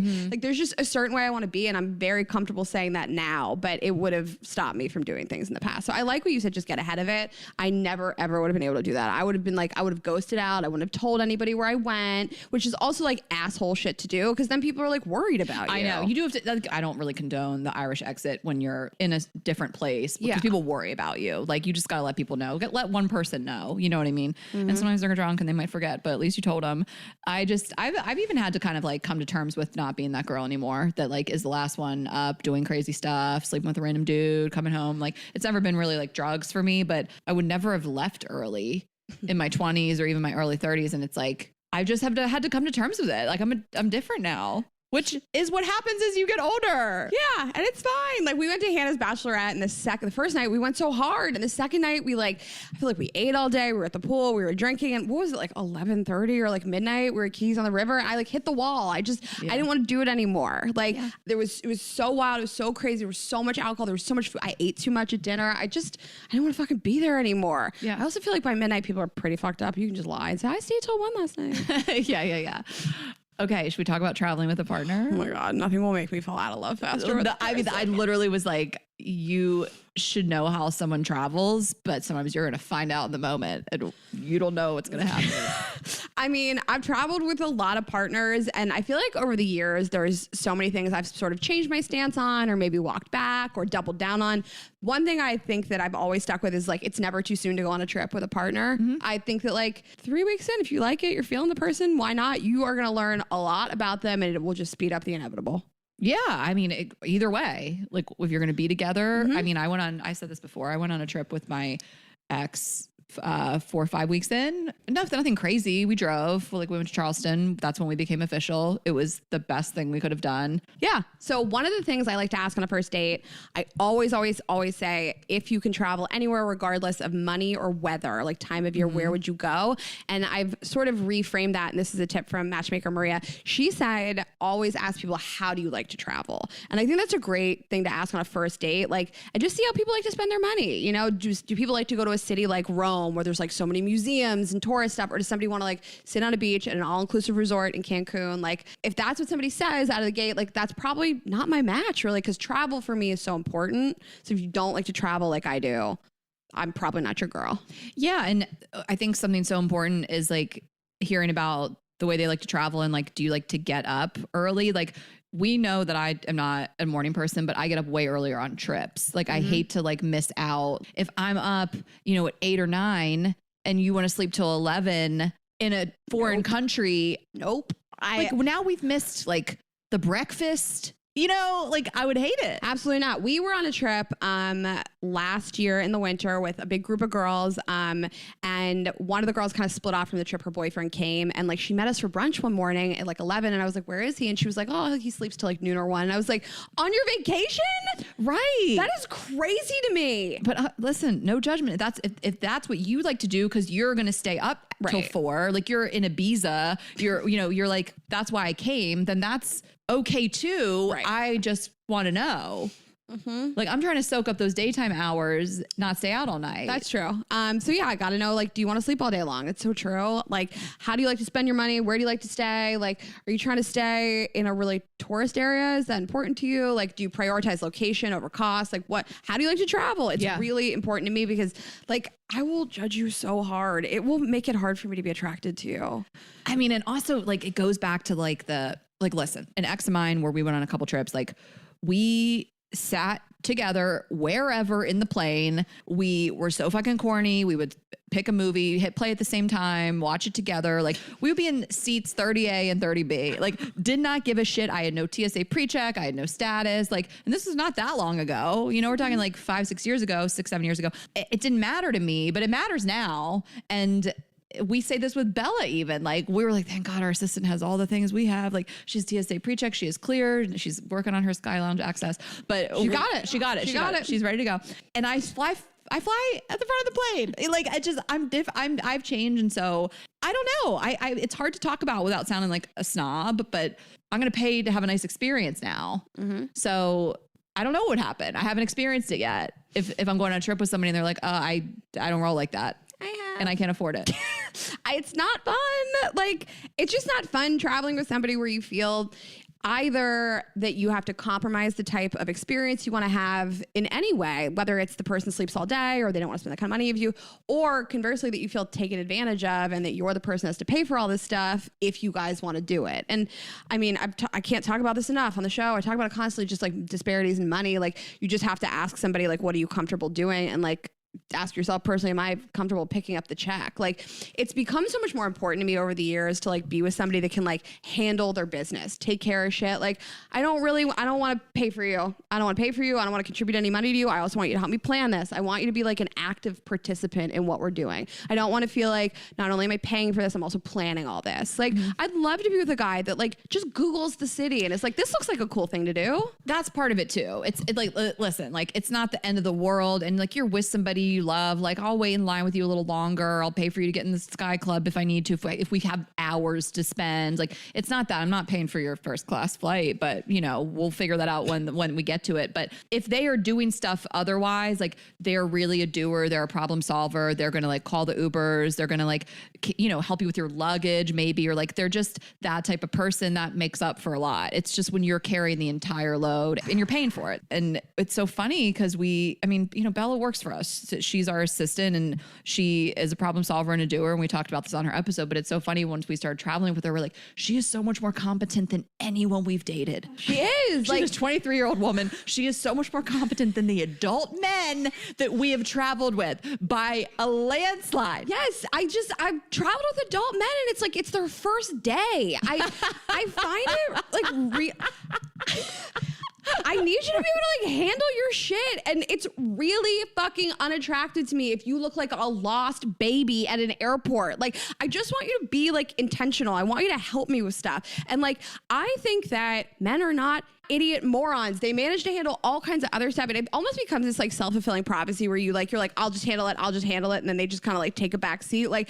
I find it so attractive when somebody's like, you know what, I got this. I looked up this cool tour. It's open on this day. It's not open on this day. Like, let's do this thing. Like, it's fine if you can't afford the same stuff, but like contribute somehow and like act like you're awake. Yeah. I mean, I took a road trip with Rob when he moved from Atlanta to New York. We stopped in like 4 or 5 different places. Fucking ruined me for life. I was like, but then I still will continue to like, you know, I had boyfriends that I travel with. Rob and I were just obviously just friends, but then I was like, oh God, like I wish they could just be a little more competent, a little more high functioning, as Rain always says. But I think when it comes to money too, it just depends. You know, you should know what your partner's working with, what you have. I mean, these conversations can be casual or they can be more concise depending on the relationship. You know, it's usually like we're booking our own flights, you know, and here's what we're doing about the hotel or the house. And you have a gauge for it, you know, or maybe you do need to discuss it. And maybe it's like, I am going to cover the hotel, but I, you know, expect you to pick up some meals. Maybe you get all of the transportation or whatever it is. Or I think that there's plenty of relationships. If we're talking about a man and a woman, the man makes a whole lot more money and both parties are aware and they're like, I'm going to pay for most of this trip and take you on this trip. And hopefully you're with somebody that you trust. And that doesn't mean like, and now you owe me. You know, like these are just conversations that sometimes aren't sexy, but that you just need to have before you get down that road. Must have the conversations. I was such a little bitch for so long. You got to have them. The only thing worse than not having it is not having it. And yeah, like men have been taking women on trips for decades, centuries, and not expecting you to pay a dime or anything. I know it's like a new shift that like women make more money than men sometimes, but I do think it's always been that like men will pay and women will plan. So like, I think it's okay to expect that like your partner plans a little bit. Like That's a good call. Yeah. Yeah. We know a married couple where he is so rich. And she is not, she is now, but she plans everything. And we know a couple couples like that actually. And it's fine. It's like the man makes so much more money and the woman plans the trips. And this isn't in a way that she works for him. She's an assistant. She likes to plan. It's a nice dynamic. Yeah. I think it's great. And I want input, but I've like said before about an ex-man, I fell out of love with him at the airport. Like I just did. Like I felt like I don't trust you to like handle things. I don't trust you to like ask the questions you need to. And I'm not going to micromanage another adult. I'm just not going to do it. And it was fine in my 20s. You guys can go back and listen to the episode from years ago. I talked about my fiance and I took this trip to Puerto Rico. Like, he booked the wrong hotel. He grabbed the wrong luggage off the luggage belt. Like, I couldn't believe the stuff he did. He left his phone in an Uber. He dropped the iPad I bought him off a balcony. I was hysterical crying at this dog shit hotel I allowed him to book without double checking his work. I was hysterical sobbing to my mom. My mom was like, this is what men are like. And I was like, I don't want to be I don't want to be with a man like this. This is crazy that I'm on the hook for all this stuff. And we were financially equal on that whole trip. But I just felt like, can you not handle anything? Right. I mean, it's crazy. Like, people break up on trips. Yeah. I broke up with a boyfriend of mine on a cruise ship. Not ideal. Not ideal. Don't break up when you're trapped on a vessel together. Insane thing to do. And another thing I wanted to say too, I didn't say this, like, we talk about trips, like doing stuff, waking up early, experiencing the city. But I also think there's a lot to be said for a straight up relaxation, all inclusive, if that's your vibe. Like, you don't plan anything. You stay in a resort. Like, I've enjoyed those types of trips too. And again, it's just managing expectations. That's like the number one thing. And I do think there's a lot to be said for that trip too. I think you want what you want at different times. Like, if you both work really hard, you've been going really hard, and you're like, we're going to go to this resort and like be waited on hand and foot and not have to plan a damn thing and lay on the beach and eat and drink. Like, that's great too. Yes. And have sex. Exactly too. It sounds great. It's like honeymoon style. The more I think about it, like, I really fell out of love with two people on vacation because I was just like, you can't handle anything. I don't like it. And it's just not, it's like, I didn't used to be so much like that. We just used to be like, it's kind of when you're both just kind of rolling through life in a little more chaotic way. It's like, can be fun. You're like, whatever. We both almost missed the flight. We're in the back of the plane. We're fucking, it changes, and you want what you want and you grow up. And and you're allowed to change your mind. Yeah. Also, like, you're allowed to be like, yeah, when you met me, it was like this, but now it's time to grow up a little bit. Yeah. How do you feel about bringing a significant other on a trip with your friends? Couples trip. Oh, a couples trip. I think like couples trips are so fun. Yeah. I think that's like one of the best types of trips. Couples trips. Yeah, where guys can like bro out and have fun. It's like kind of ideal. They go golf and shit. I know. And then you just get to like meet up later. You do like, I mean, I'm being like so stereotypical, but you and the girls have a spa day and they fucking do whatever they do. It is nice to like have like both genders on a trip. I like it a lot. Yeah. I mean, like that's why like this trip that we're recording is we're about to go on, but it's like kind of perfect. It's 2 couples and then me and Raina and then one other guy, which is great. Cause I was like, oh my God, is it going to be 3 couples, me and Raina and like 2 other couples. And then Brian came. So it just kind of breaks it up a little bit. I agree. And I mean, yes, I love a girls trip more than anybody, but I love girls and guys too. I like some male energy on the trip, but we were talking about it before. And I brought an ex of mine on a trip with like our friends, and I didn't love it. I felt like it was really hard integrating him into the group. I don't think he was enjoying it. And it was really tough for me. And I think that we write these things off, these like red flags, because you love a person. And of course, everybody has like different social anxieties. So I wouldn't break up with somebody because they're not great on a group trip. But it was sort of like a writing on the wall moment for me where I was like, is this what all social situations are going to be like with him for a long time? Yeah. Does he not like social situations? And that's fine. It's just we're mismatched socially. Yeah. Because I want to be in a big group and I like it and I like social activities and meeting new people and chit-chatting. And I didn't see that he was the kind of person that like wanted to ask people a lot of questions about themselves and wanted to like really get in there. And no shade if that's what you're like, but you have to date another person like that. You know, I think there are some couples where like they really grow from their partner and they see that their partner's like that and they'll change and it'll like, I've seen people like really blossom, but for me, it was really tough and I didn't like it. And the writing was like really on the wall. And I think I was trying to just like ram a square peg into a round hole. Yeah. Do you want to talk about solo travel a little bit? Yeah. I mean, I don't have Can't relate. I traveled a lot by myself. When my fiance left me when I was 27 or 28, I hadn't traveled anywhere. So I just like went buck wild. And I would encourage anybody to do it. It's not something that I enjoy as much today as I used to. I just was really trying to like get it in and see the world. Just like a couple things people have always asked me, is it safe?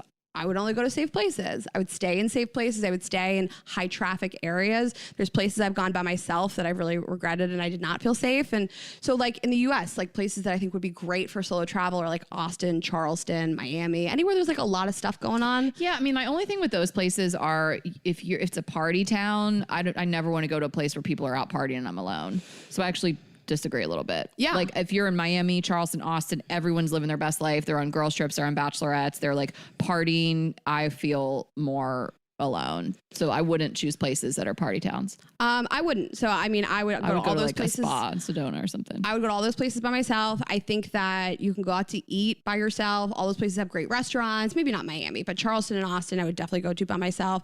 And I think that the fear is like, what's it going to look like when I'm eating by myself? What's it going to look like when I'm at a bar by myself? No one cares. Yeah. Oh, and I don't mean from an image standpoint. I just mean like, I don't like the way it feels when everybody's like with, you know, partying it up, living it up, and I'm like alone. I just would go to a way more low key place. Yeah. That's not been my experience. I've had like a really great time being by myself in Barcelona and Rome and London and all over Europe. I really enjoyed it. It didn't bother me. And I think that you just got to get out of your head about like people looking at you and then feeling weird. There's some places I didn't enjoy, but Tokyo is a place where you should like stay out all night, party with a big group of people. And like, it wasn't great for me solo. Places like you said, where nobody speaks English. I went to Russia by myself. Told you not great. Yeah. I was like, you're going to hate it. Yep. Not great. Not a great experience, but what do you feel like about, like, I've never been, but like, I feel like I'd want to do like a Bali, like eat, pray, love trip on myself. So I like also Bali. Italy, yeah. I like Bali because it's one of those places where people tend to travel to alone. Also, there's other solo travelers. Thailand is like that too. Yeah. Bangkok. There's a lot of people that go to places like that by themselves specifically to meet people. So if you look up places that like a lot of solo travelers go to, that's like a great one. I would never do this, but I used to, is stay in hostels. It's a great place to meet people. Like it's the absolute cheapest, obviously, and best place to meet people. There's a lot of solo travelers staying there. You'll just meet people and it's fun and people will be your age. And there's just a lot of like group stuff that you can do with people. I don't know. I mean, I feel like a lot of my travel tips for going with groups is it remains. I mean, I would have a plan. I would go on Vibrator. I'd book tours. I also used to be like really weird. Like if I go on this group tour, people are going to think it's weird. Everybody thinks it's awesome. People are like, what are you doing here? How did you get here alone? This is so crazy. It's so cool. People always want to talk to you and include you. It's just never weird. And then pack your day. Like I enjoy solo travel because I can get up super early. I can do things at my own pace. I don't drink as much. I don't stay out as much like late. I've really enjoyed it. Now I would probably do it much for a shorter period of time. I used to go to travel like by myself for weeks at a time. Yeah. Now 2 days, maybe 3. Yeah. And again, it's personal preference. It's just, I don't think it's for me, but it's not because I'm like, can't get out of my comfort zone. This isn't like a fear. It's just like, I don't think I'm that kind of person. Like yeah.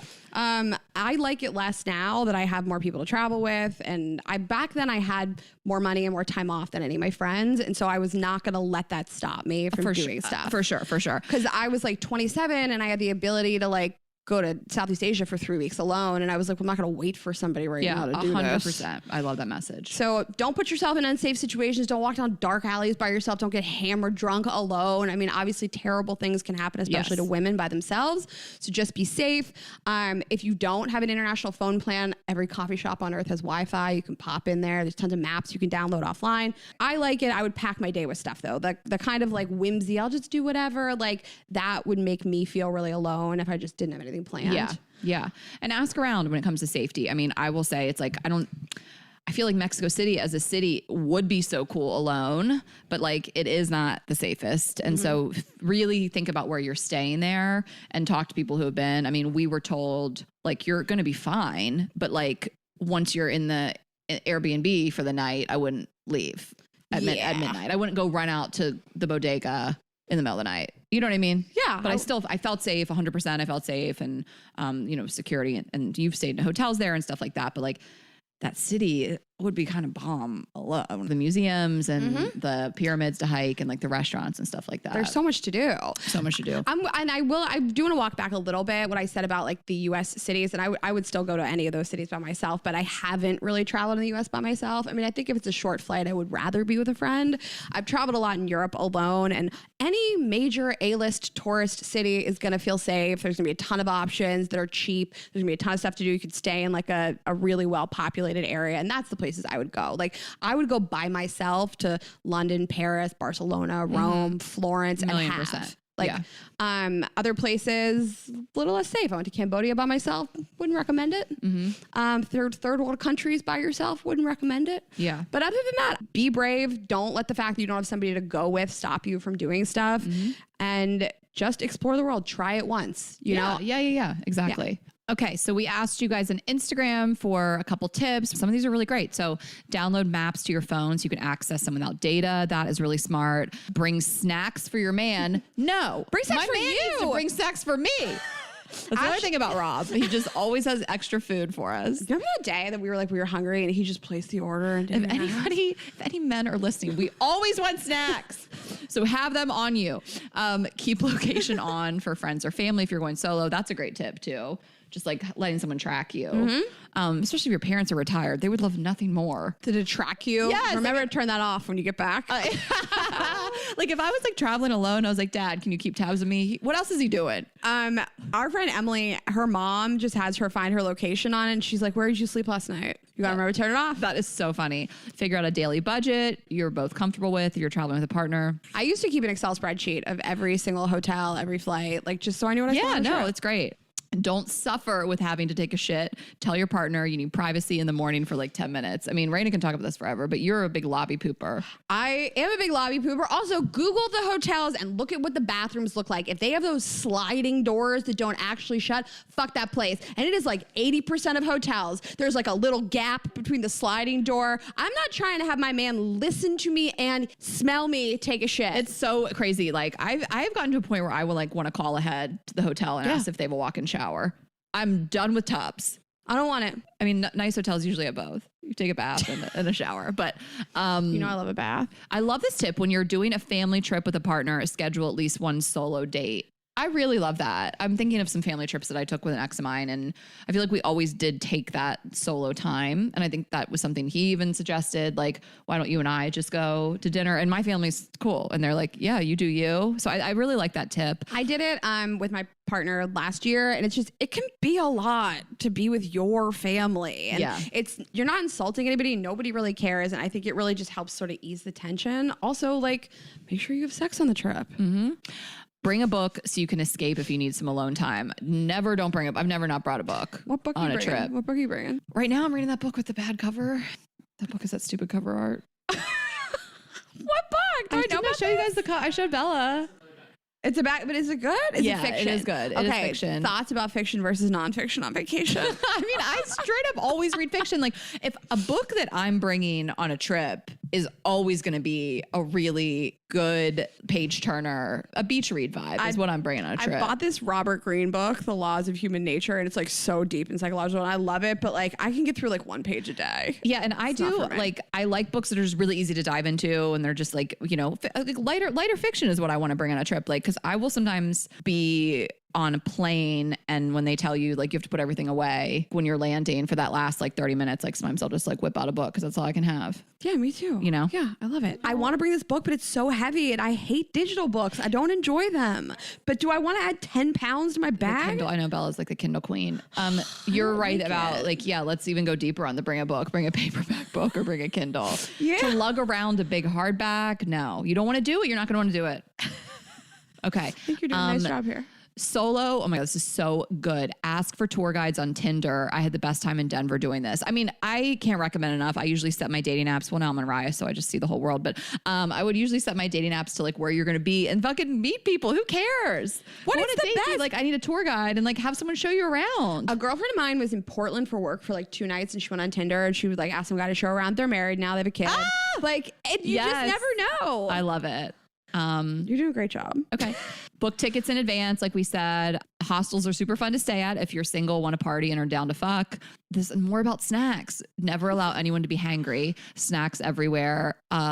Pre-poo toilet spray so your shits don't stink. Poopery, that's a good thing. And they have a little travel size. If things don't go exactly as planned, I just take a minute to breathe. I mean, that's the thing too. I think like right now we're in the thick of this like really stressful travel time. Like I'm already prepared for some shit to go down. And I just like, I feel like you really have to mentally prepare yourself going in. That's why I say managing expectations is so important. Cause like I used to really go into special occasions and trips, like everything has to be perfect, and you just can't. You have to lose that mindset. You have to go into a trip being like, I'm lucky to travel. I'm lucky to have the resources. If stuff goes wrong, I'll deal with it. So that's out of my control, flight delays, things like that. I'm going to do the best I can. I think some of it is like managing your own Shit's always going to go wrong, especially we're at the height of like all this travel stuff being just such like a travel-mageddon.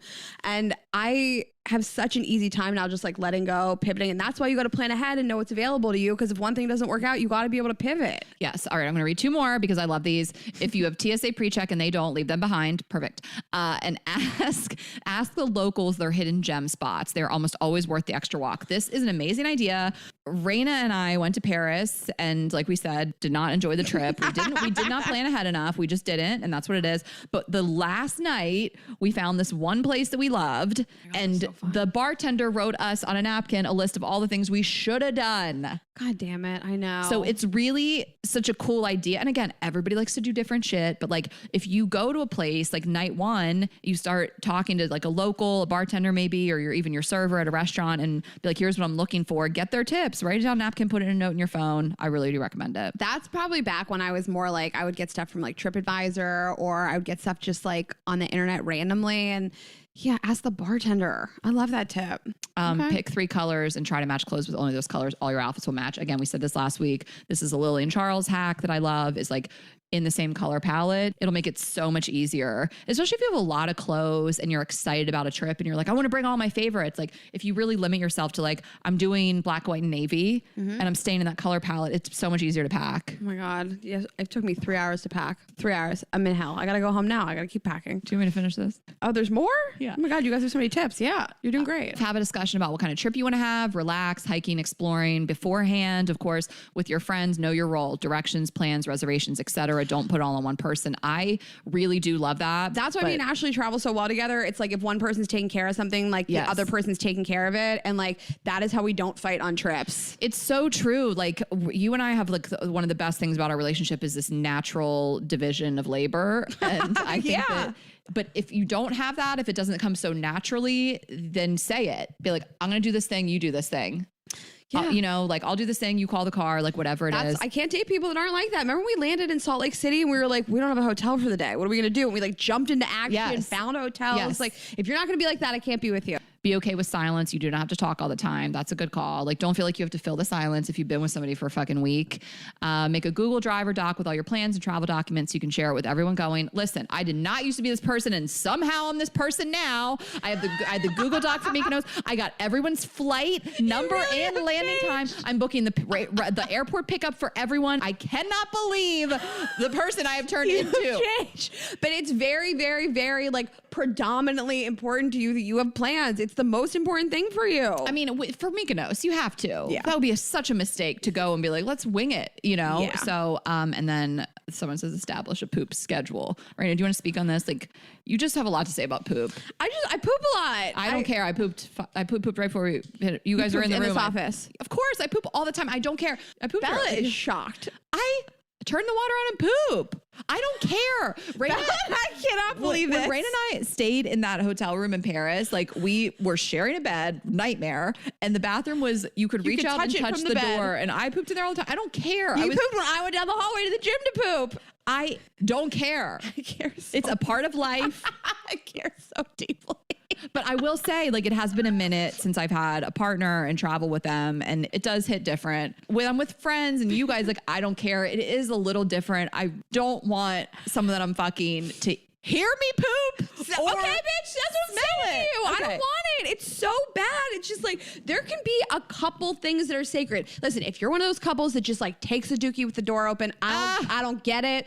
Good for you. My ex was like, he told me that his ex used to just take a shit butt naked, door open. I don't get it. That's crazy behavior. It's wild. I don't like when anybody leaves the door open to pee. Ashley, but I don't like it. Take your shit in the lobby. I'm not trying to smell your poo. I don't like it. I don't think it's like funny. I don't think like poops and farts are funny. No, I don't want it. Before. That's not the kind of relationship. Okay, we're just gonna go through a couple quick stories. We're gonna do the shortest ones. Okay. That are just kind of are like funny. I'll start. You want to start? Fucked in the ocean while on vacay in Hawaii. Looked in the water where he pulled out afterwards because I was curious and saw a fish swim up and gulp his jizz down.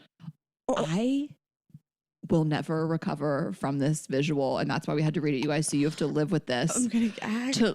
To look down. Oh my God. And see your man's cum and a fish just grabs it. Oh my God, you're gonna throw up. Should we cut this? No, you guys keep have it to in. live with it too. Have you ever, okay, I have a 2-part question. Have you been to a nude beach? Yeah. Oh yeah. I'm thinking even of Barcelona. Like I remember Ellen and I just seeing this guy's dick. Okay. And have you fucked like at like you go into the water? And Well, you know, I beach? fucked in the ocean on that family vacation. Okay. Murkier water though. Yes. Dewey Beach. I mean, I think I've told this story, but I got so blackout drunk at Suicide Sunday. This was when Matt turned 21. So when Matt turned 21, Family Beach Week in Dewey, I don't know what got into me. I was so excited. I was treating it like it was my 21st. So I was 25. The night of his birthday, I threw up like on his girlfriend. Like it was a mess. Okay. I was just going crazy. But the Sunday of that trip, I met this guy at the Starboard, this firefighter, and brought him back to the family house. And somewhere along the way, I lost my cover up in a bush. So I was in a bikini. You know, I've heard this story. I never knew you were in a bikini. I was in just straight bikini because we would wake up for Suicide Sunday, put on a bikini, knowing we were never going to hit the ocean. That's just what you did. You'd put on your bathing suit and you put on something over it. On this particular day, I was wearing just a cover up. I lost it in a bush and show up with this stranger to my family's house, maybe 6 p.m. 6 p.m. Daylight, bikini, here's a stranger. And my dad and Your parents are so tolerant. My dad and my brother were like, what the fuck? And I felt the energy and I was like, we got to go. So then we go and then we start fucking in this lake, Silver Lake in Dewey. This is not my finest moment. I can't believe I didn't get an infection It's not from a place this. you wanna fuck. There's a sign that says no trespassing. This man comes out. He starts yelling at us. So he pulled up his swim trunks and we hightail it to go in the ocean. And so we're literally fucking in the ocean. And I hear, Ashley! Ashley! It's my mom. She's on the water, like at the coastline, and she's like, Can you imagine? And she's like, we're going to dinner. And she was like, I'm going to leave you the key right here. I can't believe my mom even trusted me to leave a key in the sand as I'm naked. And I was like, okay, bye. I did not know this part of the story. And so then they go to dinner. He and I come back to the house, alone in the house. We fuck in the outdoor shower. This is crazy. Insane. And then Corey fucked his friend. And so the next morning, Corey ends up going to brunch with the firefighter that I fucked. And I didn't go. I was hungover. I was like, I never want to see that guy again in my life. I'm embarrassed. He goes, your friend's crazy to Corey. He was like, your friend's fucking insane. He's like, she brought me back to her house. Her brother's the biggest person I've ever seen. What does this guy tell people about you? You think that's the craziest experience in this guy's life? Whole time he saves lives for a living. He runs into burning buildings for a living, and he was like, that was the scariest time of my life. Probably was that. Penetrating you, and your mom is yelling your name. That is. I thought it was wild. I thought I was gonna like blow you away with this story. I was gonna tell you I fucked in St. Martin, just on the beach in front of people at a nude beach. I love that. Clear water. Okay, that's a lot. Really see through clear water. Yeah, you can fuck in the ocean on the Delaware coast. No one's gonna know about it. Absolutely, 100%. But no, you outdid my little story. Okay, we'll read a couple short ones. This is crazy. She said, listen, you said you wanted brevity, so here it goes. My best friend fully shit her pants in the Taj Mahal and proceeded to sit her bare ass down on an Eastern toilet to take care of the rest. I was there with her and can testify further. RIP to those white, flowy, culturally appropriate pants. Shit yourself at the Taj Mahal. What? I don't even know. There's no easy exit from there. There's like hundreds of people everywhere. That is crazy. Okay, read the next one because this one, you're going to feel this one on a deep level.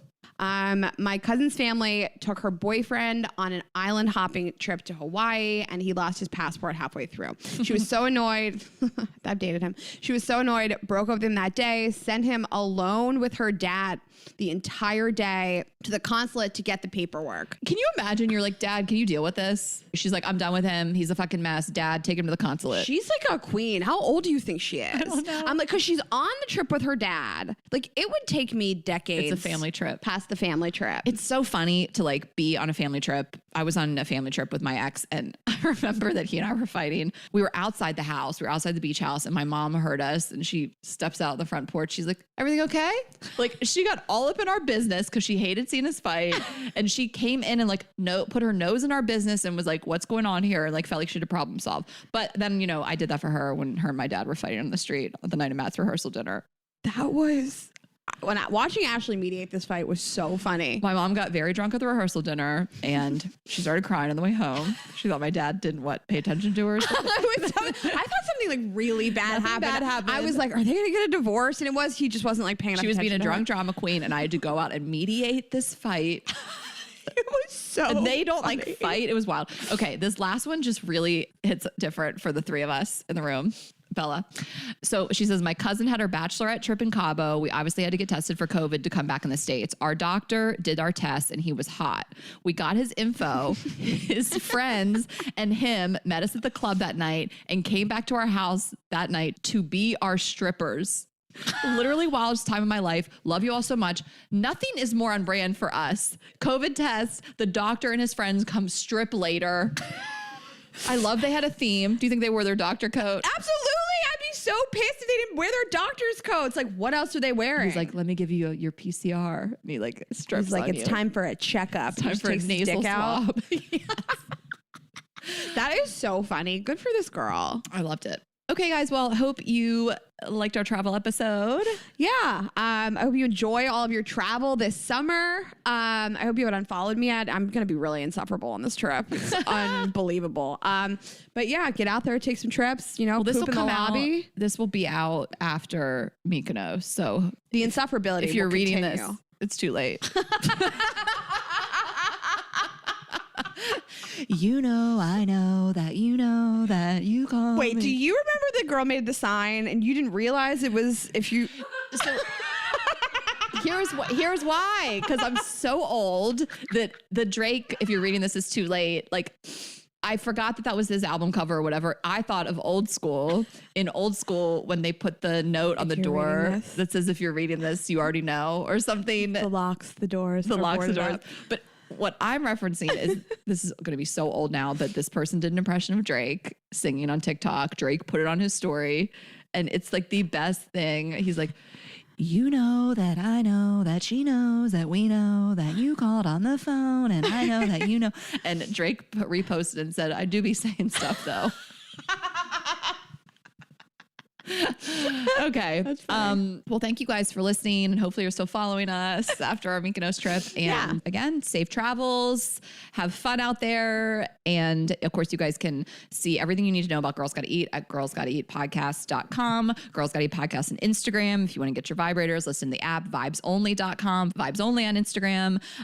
This order is whack, but I'm going to keep rolling with it. I like when you do I'm this. Ash House on Instagram. Raina's Raina.Greenberg. Girls_Gotta Eat on Twitter. And that should be it. And we'll see you next week. Have a good week, guys. Bye.